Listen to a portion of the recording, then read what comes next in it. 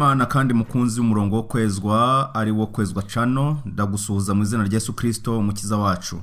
Uyu munsi tugiye gukomereza hamwe ibyigisho tumaze igihe tureba bidufasha gusobanukirwa amahame shingiro y'ukuri kwa Bibiliya uko ari 28. Uyu munsi tugeze ku cyigisho cyangwa se twagiranya n'ihame rya kane, ihame ryerekeye Imana.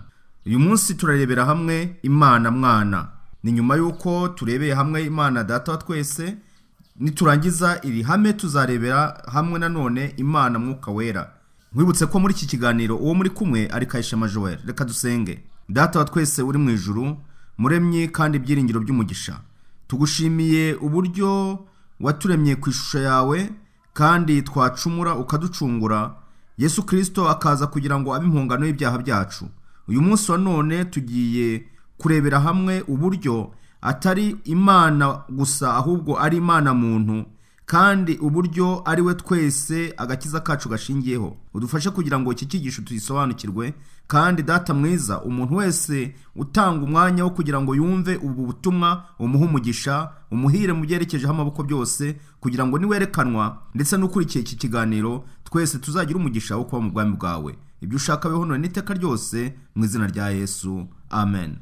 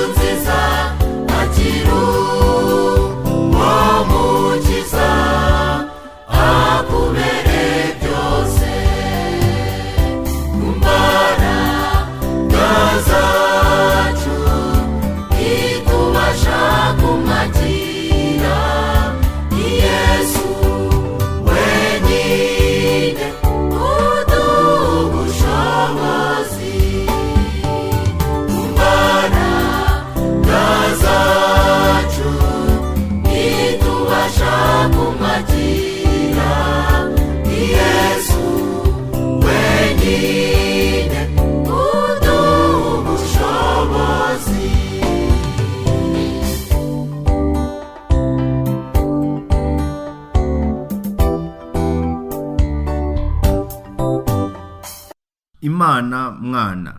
Imana, umwana w'Imana uhoraho, yahindutse Yesu Kristo.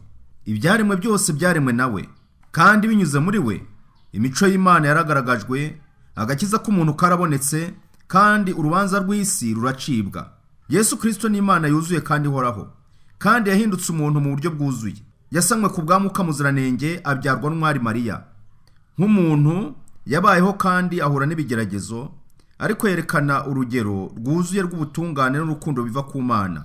Ibitangaza yakoze byahamije ububasha bw'Imana, kandi bihamya ko ari we Mesiya wari warasezeranywe. Yarababajwe kubw'ubushake bwe apfira ku musaraba azira ibyaha byacu, kandi apfa mu cyimbo cyacu, azurwa mu bapfuye, azamurwa mu ijuru, aho akora umurimo mu buturo bwo mu ijuru ku bwacu.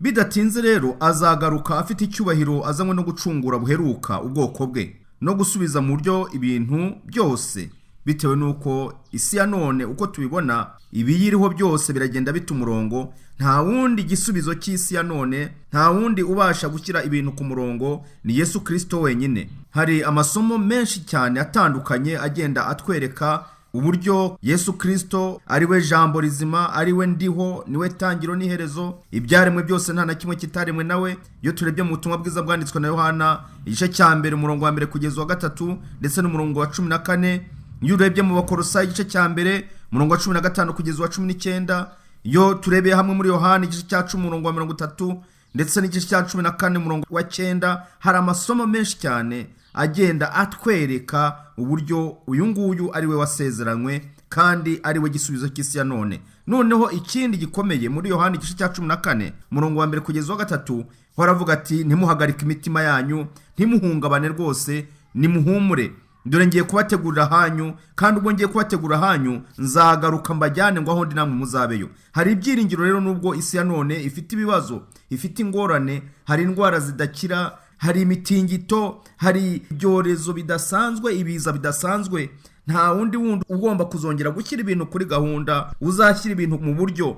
Yewe ndetse n'urukundo ruragenda rukonja cyane ndetse rukaba ubutita rwose, hahandi ureba mu miryango, ureba mu bashakanye, ureba mu mahanga, ibihugu n'ibindi, imiryango n'iyindi, ugasanga ibintu byaradogereye, byasubiye irudubi. Uzashyira ibintu mu buryo, uzashyira ibintu kuri gahunda, doraraje nk'uko yasezeranye ati nzaza vuba kandi nzaza kugira ngo mbajyane aho ndi namwe muzabeyo. Aho ngaho avuga n'ahandi hari umutekano, ari amahoro y'iteka ryose. Ubutayu bwari bwarahindutse indiri y'impiri ziteye ubwoba, inzoka zanyuranagamo munsi y'ibikoresho byo mu gikoni, kandi zizungurizaga ku mambo zifasha amahema, zihishaga mu bikinisho by'abana, zigategera no mu biringiti biyorosaga. Iyo zarumaga abantu zabashyiragamo ubumara bwica.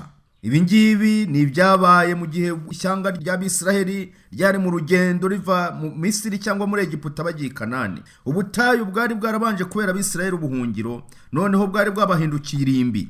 Amagana y'abantu barasambagurikaga hirya no hino. Ababyeyi bari batewe ubwoba no kubona ingaruka z'ibyari bibagezeho, bihutiye gushaka Mose ku ihema ry'ibonaniro, baramutakambira ngo batabare. Mose asabira ubwo bwoko, yabasabiye nyuma y'uko bari bamaze kugora Imana, basigaye bashaka kwigenga, bari batewe n'umwuka wo kuba ibyigomeke ku Mana. Imana isa naho ibarekuye, iravuga itumva rero dore inzoka zo mu butayu izo nabarinze, reka murebe ubutayu ibibamo. Amatungo yo mu butayu arizo nzoka zihibera zirabatera. Mose asabira ubwo bwoko. None si igisubizo cy'Imana cyabaye kihe nyuma yo kubusabira? Imana yabwiye Mose yuko agomba gucura inzoka mu muringa. Mose amaze gucura iyo nzoka yo mu muringa, nk'uko tubibona mu Kubara igice cya 21 umurongo wa 9, haravuga ngo nuko Mose acura inzoka mu muringa, ayimanika ku giti cy'ibendera. Uw'inzoka yariye yareba iyo nzoka y'umuringa agakira. Igihe cyose inzoka yagiye ishushanya Satani. Nyamara hano uyu munsi turabona uburyo inzoka yahindukiye abantu agakiza. Bitewe n'iki? Kuko Imana yari ivuze iti umuntu wese nta kindi gisubizo uri burebe kuri iriya nzoka ucuze mu muringa ari bubashe kubaho, ariko utayitaho ndetse ntayitegereze, urupfu rwose ruramuhitana nta kabuza. Iyi nzoka yagiye ishushanya Satani, nk'uko tubona mu itangiriro igice cya 3 ndetse n'ibyahishuwe igice cya 12, havuga ngo iyo nzoka ya kera niyo yitwa umwanzi na Satani, ikerekana icyaha mu yandi magambo. None se umutima yatanze mu by'ukuri ubwo ngubwo wari uwuhe? Ntabwo kwari ukureba umwana w'intama uri ku gicaniro, ahubwo kwari ukubura amaso bakareba inzoka icuzwe mu muringa. Impamvu hano havuzwe ko bitari ukureba umwana w'intama uri ku gicaniro, nuko yari amenyereye gutambwa ibitambo by'abana b'intama bishushanya Mesiya uzaza. Ariko noneho bari bagaragarijwe ikinyuranyo cy'ibisanzwe igihabanye n'ibyo basanzwe bamenyereye. bya bindi usanga abantu bavuga bati niko bisanzwe niko bihora, ahubwo noneho Imana izana ubundi busobanuro bwimbitse cyane kugira ngo bamenye ko igihe kizagera ntama w'Imana agahinduka icyaha kubwo abari mu isi, ubwo azaba amanitswe ku musaraba, ko azaba yahindutse ikivume, azaba asa n'uwaciriyeho iteka bitewe n'uko yigeretseho ibyaha by'abatuye isi yose. Icyo cyari ikimenyetso kidasanzwe gishushanya Kristo. Nk'uko inzoka yamanitswe ku giti, niko Yesu mu mubiri usa n'uw'icyaha, nk'uko tubibona mu Baroma igice cya 8 umurongo wa 3. Kuko ibyo amategeko yananiwe gukora kubw'intege nke za kamere yacu, Imana bishoje ubwo yatumaga umwana wayo afite ishusho ya kamere y'ibyaha kuba igitambo cy'ibyaha, icira ibyaha bya kamere w'iteka, kugira ngo gukiranuka kw'amategeko gusozwe muri twe abadakurikiza ibya kamere umubiri, ahubwo bakurikiza iby'umwuka. Tubona ko Kristo igihe ari ku musaraba, mu by'ukuri uwo musaraba ubundi washyirwagaho abantu b'ibivume cyangwa se abantu baruharwa, abantu bakoze ibyaha, ndetse bisa naho mu muco w'Abayuda bavuga bati umuntu umanitswe ku giti uwo nguwo rwose numva ngo aba yatandukanyijwe n'Imana n'ijuru. Ibi rero nibyo byabaye kuri Kristo, nk'uko tubona muri Yohana igice cya 3 umurongo wa 14 ndetse n'umurongo wa 15 bavuga ngo kandi nk'uko Mose yamanitse inzoka mu butayu, niko umwana w'umuntu akwiriye kumanikwa, kugira ngo umwizera wese abone guhabwa ubugingo buhoraho. Ibi ni Kristo ubwo abisobanuriye abantu avuga ati bya bindi byabaye mu butayu, Mose akamanika inzoka mu butayu, niko umwana w'umuntu nawe agomba kumanikwa, kugira ngo umwizera wese, nk'uko abantu bahangaga amaso y'inzoka bagakira, ubusagwe bw'inzoka ntibugire icyo bubasha kubatwara, niko abantu bose bazahanga amaso Kristo, nta butware Satani abasha kubagiraho. Abantu bose bazemera guhanga amaso yabo Kristo, bakamwerekeza ibitekerezo, bakamwegurira ubugingo bwabo, bakemera yuko baba bari mu isi ariko bayoborwa n'ijuru. Hari abaturage b'ijuru bacumbitse kuri iyi si, bari kuri iyi si ariko bazi ko ari abagenzi. Abo ngabo ni ukuvuga ngo ntabwo rwose babasha gucirwaho iteka, ahubwo ni abaragwa b'ubugingo buhoraho. Ikindi nanone tubona ni uko Kristo, ijambo ry'Imana riduhamiriza mu rwandiko rwa 2 rw'Abanyakorinto igice cya 5 umurongo wa 21 havuga ngo utigeze guhinduka icyaha, Imana yamuhinduye kuba icyaha ku bwacu, kugira ngo duhinduke gukiranuka kw'Imana. Nuvuga ngo guhinduka icyaha kwa Kristo byabaye ibidufasha kugira ngo twebwe tubashe kubona gukiranuka kw'Imana, bitewe nuko ibihembo by'ibyaha ari urupfu, kandi uwemeye gupfa mu cyimbo cyacu akaba ari Kristo. Ni ukuvuga ngo ubwo icyaha cyamaze guhanwa rero, ibihembo by'ibyaha akaba ari urupfu, abizeye icyo gikorwa yabakoreye nibo bafite ubugingo buhoraho n'amahoro abonerwa muri Kristo. Mu kwitegereza Kristo, bene muntu batari bafite ibyiringiro babasha kubona ubugingo. Mbese ni gute kwihindura umuntu kubasha kuzanira abantu agakiza? Mbese ni ingaruka ki byagira ku mwana w'Imana? Mbese ni gute Imana yashoboye guhinduka umuntu, kandi ni kuki ibyo byari ngombwa? Ibi byose birakwiye yuko ubisobanukirwa. Waba ugenda, waba uryamye, waba ubyutse, ni ngombwa ko ibingibi usobanukirwa impamvu Imana yemeye gutanga umwana wayo, impamvu Kristo yatanze ubugingo bwe ku bwacu.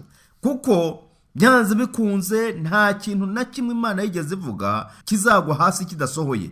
Kuba Kristo yarahindutse umuntu, ibyo ngibyo bwari ubuhanuzi kandi bwagombaga gusohora. Umugambi w'Imana wo gukiza abari batandukanyijwe n'inama z'ubwenge bwayo, nk'uko tubibona muri Yohana igice cya 3 umurongo wa 16 ndetse n'urwa mbere rwa Yohana igice cya 4 umurongo wa 9, hatwereka yuko icyo gikorwa cyakozwe bishingiye ku rukundo. Urukundo mvajuru arirwo rwitwa agape, urukundo Imana yadukunze idafite ikindi kindi ishingiyeho, ahubwo kubera ko Imana ubwayo ari urukundo. Dukurikije uwo mugambi w'Imana, umwana w'Imana yari yarataganyijwe mbere yo kuremwa kw'isi, nk'uko tubibona mu rwandiko rwa mbere rwa Petero igice cya mbere umurongo wa 20 na 21. Ni ukuvuga ngo Kristo yateganyijwe mbere hose yuko azacungura umuntu, ngo abe igitambo cy'icyaha, kugira ngo haboneke ibyiringiro rukumbi by'inyoko muntu.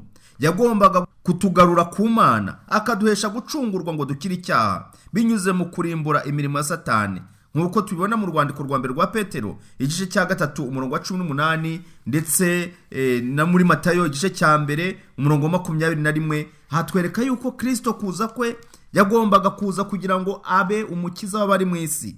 Reka turebere hamwe muri Bibiliya kuwifite, ahari ushobora kuba utayifite ariko ukantegera amatwi, ugatega amatwi mu gihe ngusomera, ugatega amatwi mu gihe ngusomera icyanditswe muri urwandiko rwa mbere rwa Petero, rwanditswe na Petero igice cya mbere umurongo wa 20 na 21. Mbese atubwira ngo iki? Aranditswe ngo wamenywe n'Imana kera isi itararemwa, ariko akerekanwa ku mperuka y'ibihe ku bwanyu. Abo yahaye kwizera Imana yamuzuye ikamuha icyubahiro, kugira ngo kwizera kwanyu n'ibyiringiro byanyu bibe ku Mana. Bumva ko Kristo yahishuwe, yerekanwe kera, ndetse Imana igaragaza uwo mugambi yagiriye ikiremwa muntu ubwo Kristo yazaga kuducungura cyangwa se yazaga kudupfira hano mu isi. Mu rwandiko rwa mbere rwa Petero igice cya 3:18 ho ngo, kuko na Kristo yababarijwe ibyaha by'abantu rimwe, umukiranutsi yababarizwa abakiranirwa, kugira ngo atuyobore ku Mana, amaze kwicwa mu buryo bw'umubiri, ariko ahinduwe muzima mu buryo bw'umwuka. Nuvuga ngo Kristo igitambo cye cyatambwe rimwe rizima, kiba gihagije by'iteka ryose. Si igitambo gikeneye kongera gusubirwamo cyangwa se kongera gutambwa. Yewe hariho n'abantu usanga rimwe na rimwe bavuga bati natwe birakwiye yuko twibambirwa. Hari ibihugu bimwe na bimwe abantu bumva yuko bagomba kubambwa ku misaraba kugira ngo ahari nabo babashe kugeza ku rugero rujyanye n'icyo Kristo yakoze. Ariko ibyo ni uguta igihe rwose. Icyo Kristo yakoze ni uko yikoreye ibyaha byari mu isi kandi amanikwa hejuru ku musaraba mu buryo bugereranye na cya bihuje rwose na ya nzoka yamanitswe mu butayu. Bigaragara ko Kristo yarahindutse ikivume ku bwacu. Igihe rero waba uvuga ngo ugiye kubambwa cyangwa se kubabazwa mu buryo runaka, ntabwo waba wikoreye ibyaha by'abari mu isi, nta nubwo rwose ushobora guhinduka ikivume ku bw'abanyabyaha. Oya, ahubwo rwose ibyo ngibyo kuba ari ukwenda cyane, ni ikimenyetso cyo kutizera. Ni ukutizera icyo Imana yagukoreye. Yagombaga kutugarura ku Mana, akaduhesha gucungurwa ngo dukire icyaha binyuze mu kurimbura imirimo ya Satani. Adamu na Eva batandukanyijwe bikomeye n'isoko y'ubugingo ku bw'icyaha, kandi cyajyaga gutuma bahita bapfa uwo mwanya. Nyamara hakurikijwe umugambi Imana yari yateganyije mbere yo kuremwa kw'isi, nk'uko tubona muri ruriya rwandiko rwa mbere rwa Petero, uko tumaze kubibona hariya mu gice cya 20:20-21, hari harateguwe inama zizana amahoro, nk'uko Zekariya yabivuze mu gice cya 6:13. Imana MWANA yaraje ajya hagati yabo n'ubutabera bw'Imana, ashyira iteme hejuru y'umworera, maze azitira atyo imbaraga z'urupfu. Amen. Dukwiye gushimira Imana ko Kristo yazitiye imbaraga z'urupfu. Ni ukuvuga ngo umuntu wese uri muri Kristo Yesu, nk'uko tubona mu Baroma igice cya 8:1 ngo abari muri Kristo Yesu nta teka bazacirwaho. Kubera iki se? Kora ko Kristo uyu nguyu yashyize iteme hejuru y'umworera, maze azitira atyo imbaraga z'urupfu. Nyamara kugira ngo twongere guhinduka abahungu n'abakobwa b'Imana mu buryo bwuzuye, yagombaga guhinduka umuntu. Adamu na Eva bakimara gucumura, Imana yabahaye ibyiringiro ubwo basezeranaga gushyiraho urwango ndengakamere hagati y'inzoka n'umugore, no hagati y'urubyaro rwe, nk'uko tubibona mu itangiriro cya 3:15. Imana niho yagaragaje ibijyanye n'uburyo Kristo Mesiya azaza, inzoka ikamukomeretsa agatsinsino. Iko gukomereka agatsinsino bivuga igikorwa cyari kubera ku musaraba Kristo akabambwa. Ariko noneho inzoka yo tubona ku iherezo izamenwa umutwe. Kumenwa umutwe nivuga ngo ni ugukurwaho burundu kwa Satani. Ariyo magambo tubona muri Malaki igice cya 4 havuga ngo icyo gihe ntabwo hazasigara umuzi cyangwa ishami. Nivuga ngo Satani azakurwaho rwose, akongoke ashire, kandi ari we muzi nkomoko y'icyaha n'amashami ariyo agereranya bemeye kumuyoboka. Harimo abamarayika bahisemo kumuyoboka bakagomera ubutware bw'Imana, aribwo bitwa abadayimoni, ndetse n'umuntu wese uzemera kwikira mu ruhande rwa sekibi. Ariko ntacyo Imana mu by'ukuri izaba itarakoze kugira ngo umuntu abashe kurokoka. Ariko amahitamo y'umuntu ntabwo Imana ijya yavogera.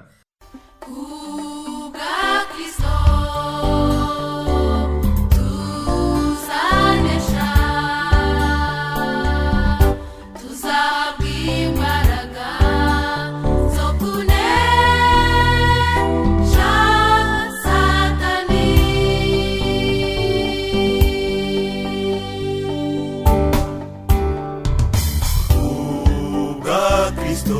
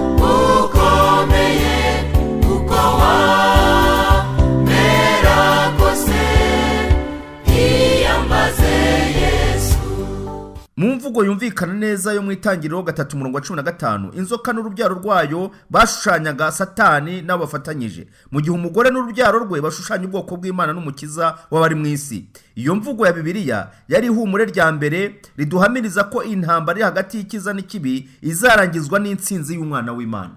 Ntabwo intambara iri hagati y'icyiza n'ikibi izarangizwa na za bomba atomike, ntabwo ari ibitwaro bya kirimbuzi, oya, ahubwo intambara iri hagati y'icyiza n'ikibi izarangizwa n'intsinzi y'umwana w'Imana, aho ibyaremwe byose bigomba kuvuga buti uruwera uruwera uruwera, umwami w'abami, umutware utwara abatware, igikomangoma Emmanuel. Nta wundi wundi uzarangiza uru rugamba, uzarangiza intambara y'iyi si, nta wundi wundi uzatanga umutekano wuzuye. Nubwo abantu bagerageza gushakisha uburyo bwose, yewe bagasinya n'amasezerano y'amahoro, ariko nta mahoro azigera aboneka kereka atangwa na Kristo. Wowe wenyine niwe uzashyiraho amahoro arambye kuri iyi si. Bana b'Imana, ndagira ngo nkurarikire kugira ngo umenye ko uyu mwami w'abami, umutware utwara abatware, uyu nguyu Yesu Kristo, kuza kwe byari byarahanuwe.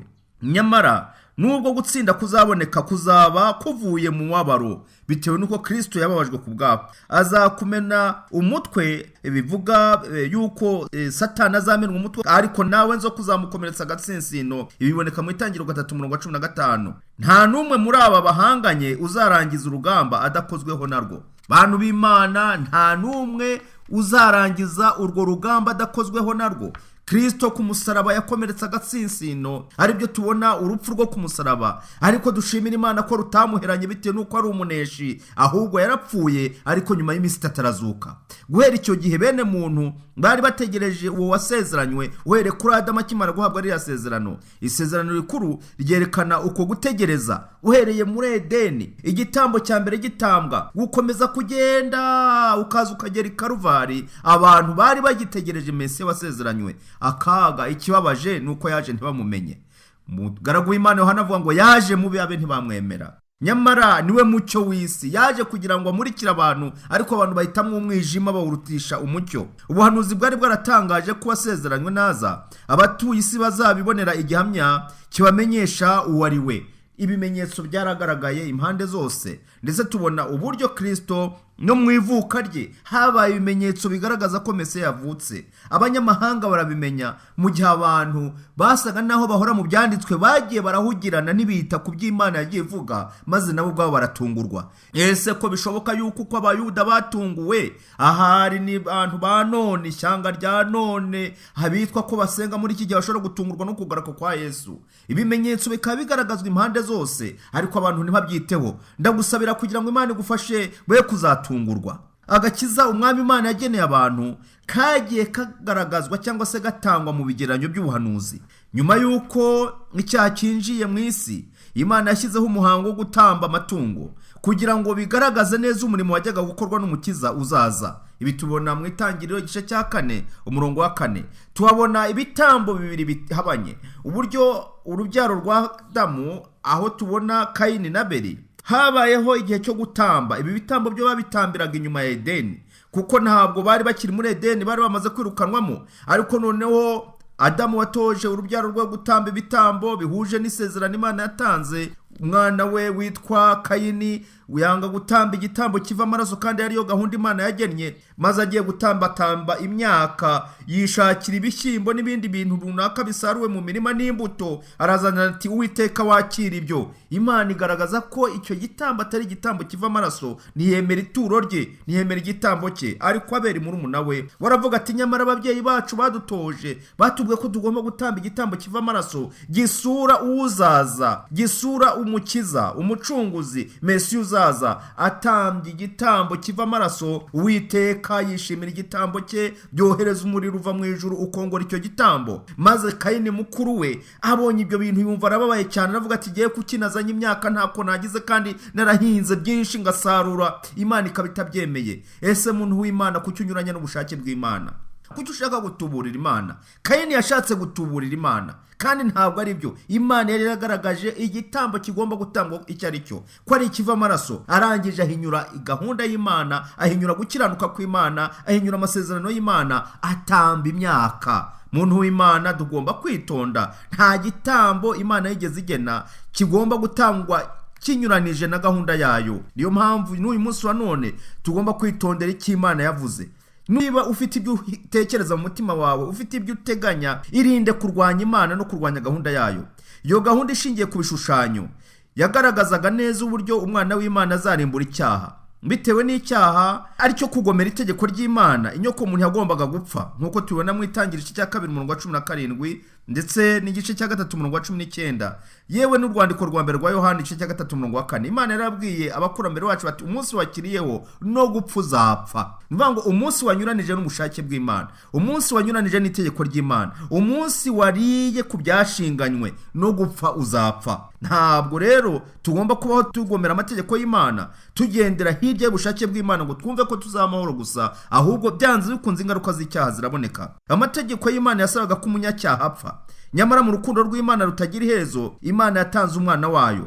Imutangira iki rero? Kugira ngo umwizera wese atarimbuka, ahubwo ahabwe ubugingo buhoraho, nkuko tubona muri Yohana igice cya 3:16. Mbega igikorwa kirenze intekerezo zacu cy'umugambi w'Imana. Imana umwana w'Imana uhoraho ubwe yarishye mu mwanya wacu igihano cy'icyaha kugira ngo abashe kuduhesha imbabazi no kungwa n'ubutatu buziranenge. Nyuma y'uko Abisiraheli bavuye mu Misiri, ibitambo byatambirwaga mu ihema ry'ibonaniro kandi byerekanaga isezerano hagati y'Imana n'ubwoko bwayo. Ihema ryubatswe na Mose ryubatswe hakurikijwe icyitegerezo cy'iryo mu ijuru, hamwe n'imirimo yakorerwagamo byashyizweho kugira ngo byerekane Imana y'agakiza, nkuko tubona mu Kuva igice cya 25 umurongo wa 8 n'uwa 9 ndetse n'umurongo wa 40. Yewe tukongera tukabona no mu isezerano rishya aho byagarutsweho mu Baheburayo igice cya 8 umurongo wa 1 kugeza wa 5. Kugira ngo abone imbabazi, umunyabyaha wihana yazanaga itungo ritagira inenge w'igitambo, aricyo cyashushanyaga umukiza udafite icyaha. Aha rero ijambo ry'Imana ntabwo rishyira abantu mu rujijo, ahubwo rigaragaza ukuri kose, uburyo kwateguwe ndetse n'uburyo Imana yagerageje gufasha umunyabyaha n'umuntu kugira ngo asobanukirwe n'umuremyi we, asobanukirwe n'agakiza ke. Reka turebe mu Baheburayo igice cya 8 umurongo wa 1 kugeza wa 5. Mu byo tuvuga igikomeye ni iki ngiki: dufite umutambyi mukuru umeze atyo, wicaye iburyo bw'intebe yikomeye cyane yo mu ijuru, ukorera hera ho mu ihema ry'ukuri iry'abantu batabambye, ahubwo ryabambwe n'Umwami Imana. Ubwo umutambyi wese ashyirirwaho umurimo wo gutura amaturo no gutamba ibitambo, nicyo gituma na wa wundi nawe akwiriye kugira icyo atura. Iyo aba yari mu isi ntaba abona uko aba umutambyi, kuko hasanzwe abandi batambyi batura amaturo nk'uko bitegetswe n'amategeko. Kandi umurimo abo bakora ni igishushanyo n'igicucu cy'ibyo mu ijuru, nkuko Mose yabwiwe n'Imana agiye kurema rya hema ngo gira umwete wo gukora byose ukurikije icyitegerezo werekeye kuri wa musozi. Ni ukuvuga rero Kristo umurimo akora we awukorera mu buturo bwera bwo mu ijuru, ntabwo ari mu ihema ryubatswe n'abana b'abantu, oya rwose, ahubwo nuvuga ngo ni ihema ryubatswe n'Imana ubwayo.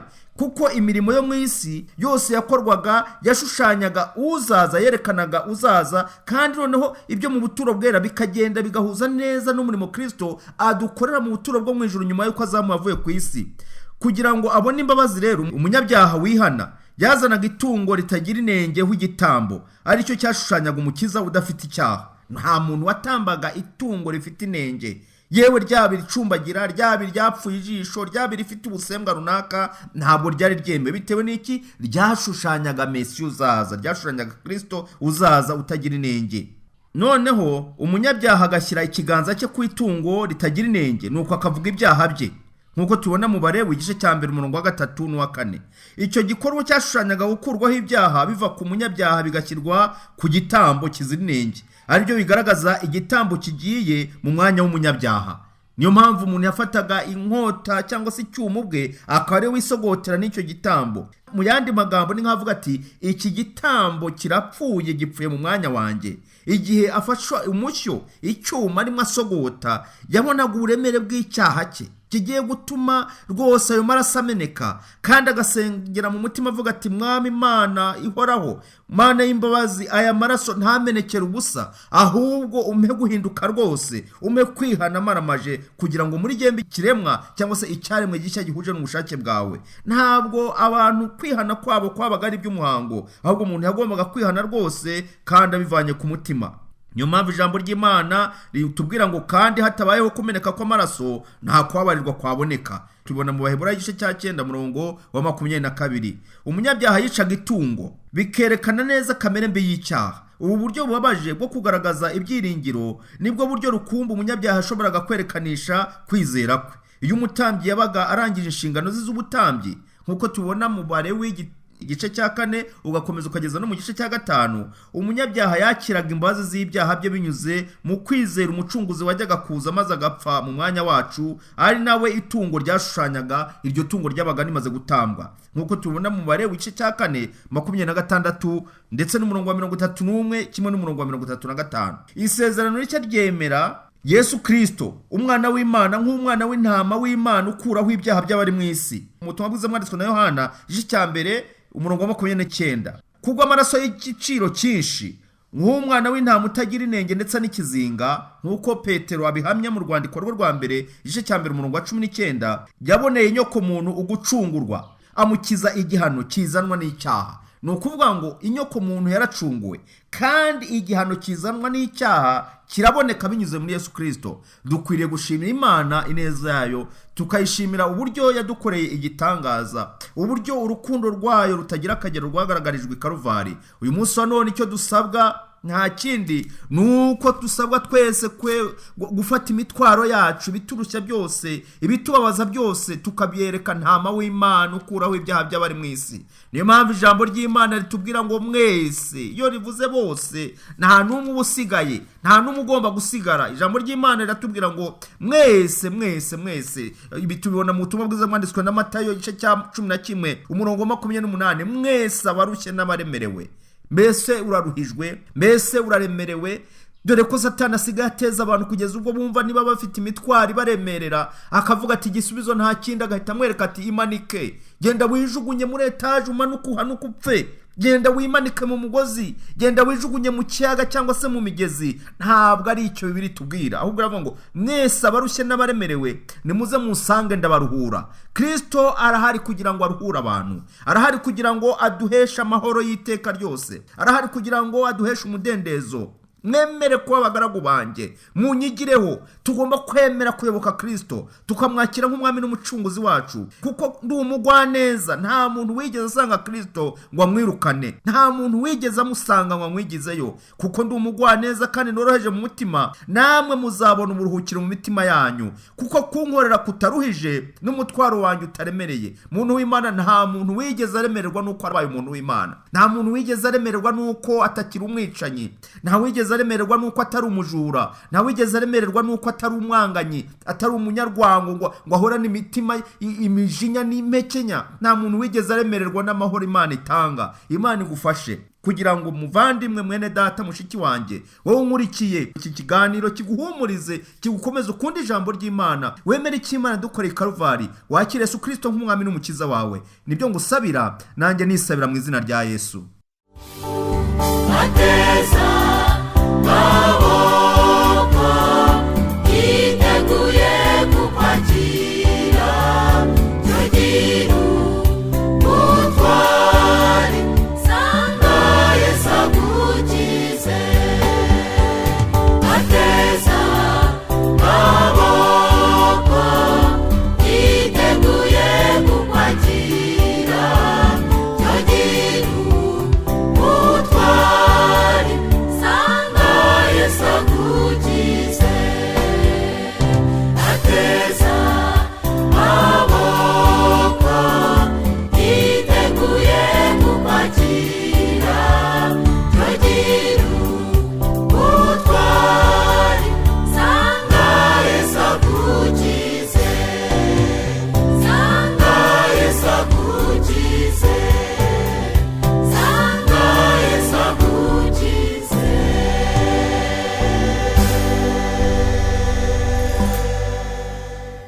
Reka dusenge. Data wa twese uri mu ijuru, tugushimiye ijambo ryawe tumaze kurebera hamwe. Turagusaba kugira ngo Uwiteka udufashe dusobanukirwe n'umugambi dufiteho, dusobanukirwe n'igitambo cy'ikaruvari, tumenye yuko urukundo rwawe rutagira akagero rwagaragajwe mwa Imana, umuntu wese akaba yemerewe kugira ngo agere imbere y'Imana nta kiguzi kindi asabwa. Icyo dusabwa ni ukwitanga, ni ukwemera, ni ukwizera igikorwa dukoreye, tukamenya ko mwa Imana igihe twemeye kukwiha, amahoro azadendeza mu mitima yacu, tuzahinduka rwose, tuzahindurirwa amateka. Ubitubashishe kandi turabigushimiye mu izina rya Yesu Kristo umukiza wacu, amen.